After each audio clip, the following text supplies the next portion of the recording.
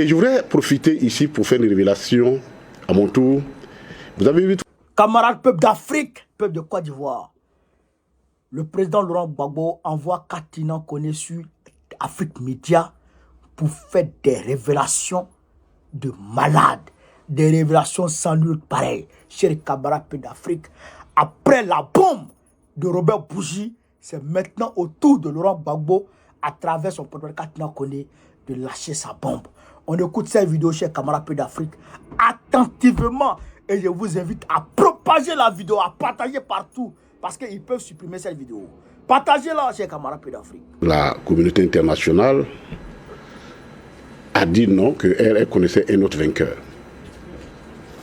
Dans ces conditions, malgré l'onction que lui avait donné le Conseil constitutionnel, le président Laurent Gbagbo, qui est démocrate jusqu'au bout des ongles, il a dit tout simplement, écoutez, si vous doutez de ma victoire, mais recomptons les voix.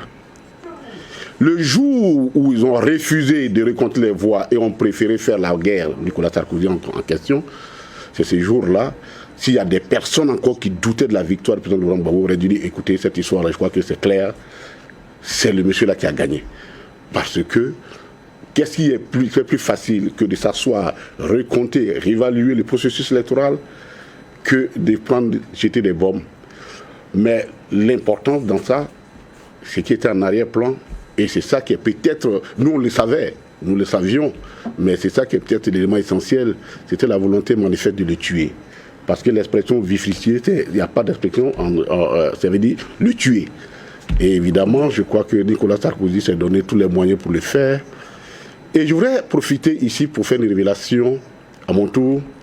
Vous avez vu tout à l'heure, j'ai regardé les gilets que portait le président Laurent Gbagbo. C'est Ouattaro, le commandant colonel Ouattaro qui était en ce temps, qui lui a porté ça ce jour-là et qui lui a dit, président, accepte que je porte, non, on veut te tuer. Hein?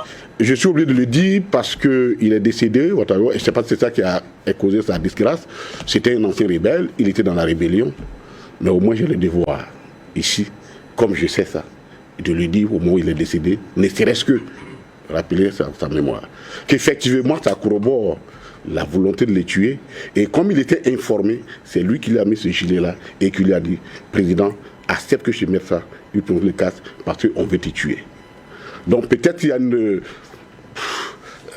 révélation, non, quelque chose qui permet donc de clarifier, de mettre au grand jour les dessins funestes qui étaient donc qui étaient prévus pour le président Laurent Gbagbo.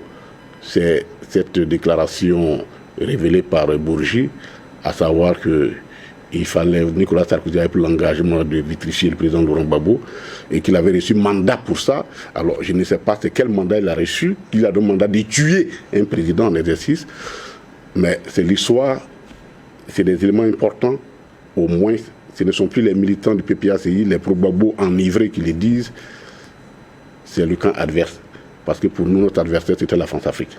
Alors, quel élément nouveau apporte donc cette sortie de Bourgi, puisque pour le PPACI, ce n'est pas une information nouvelle, ce n'est pas une surprise, c'est juste une information clé qui avait été cachée et qui est sortie au grand jour, une information que vous saviez, ainsi que tous les membres du PPACI. Donc, qu'est-ce que ça apporte de nouveau pour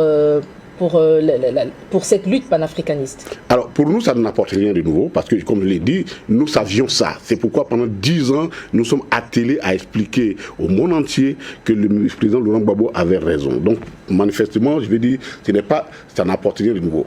Mais, dans le contexte actuel, il y a un avantage. L'avantage, c'est quoi? C'est que on a pris un innocent qui a gagné une élection. On a pris un innocent, on l'a envoyé en prison, il s'est tapé 8 ans de prison, 2 ans d'exil forcé, il revient et on lui refuse, sur la base de ces faits erronés qu'on lui a collés, on lui refuse donc de compétir, le droit de compétition. Donc, en annulant son nom, en effaçant son nom de la liste électorale, pour nous, ce qui est nouveau, et du moins qui doit donner du relief à notre lutte, c'est cet élément-là que dans la réalité, nous devons nous organiser. On ne peut pas accepter cette injustice-là, puisque maintenant, c'est connu que c'est une injustice, ce ne sont plus nous, les pro-Gbagbo, qui le disons, c'est établi que c'est une injustice, et évidemment, on ne peut pas laisser prospérer une injustice. Donc, à partir du moment où une décision a été prise à partir des éléments qui sont faux, nous savons également qu'ils sont faux, mais l'opinion semble également s'accorder là-dessus, s'accommoder de ce faux. Nous, notre rôle, c'est de dire, attention, le président, maintenant que vous-même vous le dites, remettez-lui dans tous ses droits. Certes, il ne peut pas revendiquer qu'on lui donne le fauteuil présidentiel aujourd'hui, mais redonne-lui au moins son droit d'être un citoyen qui puisse compétir. Je ne sais que même électeur qui puisse jouir de ses droits. Pour nous, c'est un élément fondamental. Et ça, cette vidéo, ces propos de Bourgi devaient pouvoir à la fois booster notre énergie, l'énergie de tous les militants, tous les sympathisants du président Laurent Gbagbo, pour dire qu'on ne peut pas accepter, fermer les yeux sur une injustice en disant, écoutez, cherchons d'autres solutions parce que c'est fini. Non, nous devons nous battre. Parce que c'est à nous qu'il appartient de nous battre. Robert Bourgi nous a donné toutes les raisons de nous battre. On le savait déjà. Aujourd'hui, ça donne plus grande légitimité à notre combat, puisque ce n'est plus nous, c'est le monde entier qui a été pris à témoin par Robert Bourgi, par les révélations de Robert Bourgi. Et ça nous donne une plus grande légitimité à notre combat. Alors, sur ce plateau, vous le constatez si bien, l'arrivée de Maître... Camarades, vous avez entendu. C'est tout ça qui a précipité la mort de Ouattao. Il a dit, ça c'est Gbagbo qui a dit à Katina. C'est Laurent Gbagbo qui a dit à Katina, ça là, l'information là. Si tu arrives sur Afrique Média, dis. Est-ce que vous m'avez compris? Ça là, c'est une révélation. Katina n'était pas dans le palais, hein, au moment de l'arrestation du président Gbagbo. C'est pourquoi, quand Takour est sorti avec le mouchoir blanc, ils l'ont confondu avec Gbagbo, puis il a pris balle.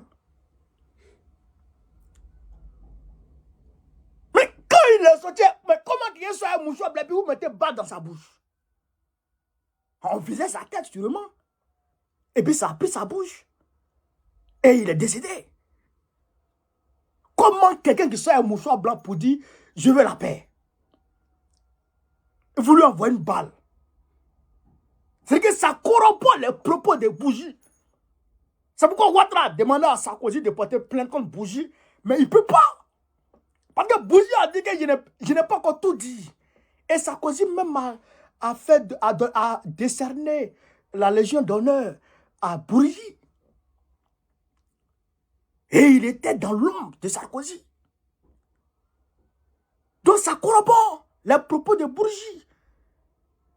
Quand Ouattao dit président, laissez-moi vous porter le gilet parce qu'on veut te tuer. Portez ce casque parce qu'on veut te tuer.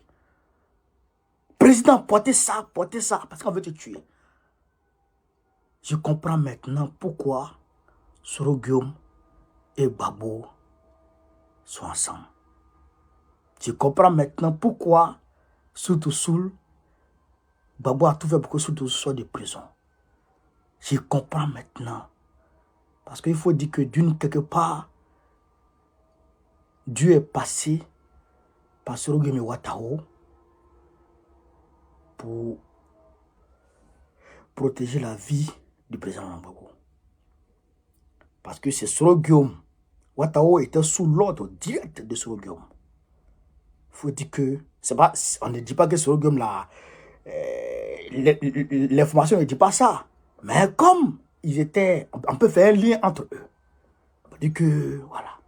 On peut faire un lien pour dire que, voilà, l'élément de Soro Guillaume a sauvé Gbagbo. On peut faire un lien.